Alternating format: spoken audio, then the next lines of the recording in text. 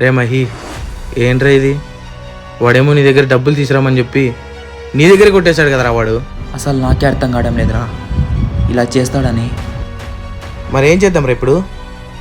కానీ ఒక్కటి, నువ్వు మాత్రం పిచ్చి పిచ్చి ఆలోచించి ఏం చేయకరా, అర్థమవుతుందా?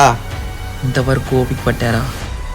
ఆ రోజు మా నాన్న తిట్టినప్పుడే నేను వాడి మీద చేసుకునేవాడిని, కానీ ఆ బైక్ కోసం వాడిని ఏమనలేదు. నీకు దండం రా బాబు, నీతో ఇదే నాకు తలకాయ నొప్పి. నిన్నేదిరా వాడిని అలా కొట్టావు? ఒకవేళ వాడికి ఏమైనా అయింటే ఇద్దరిని బొక్కలేకేసేవారు.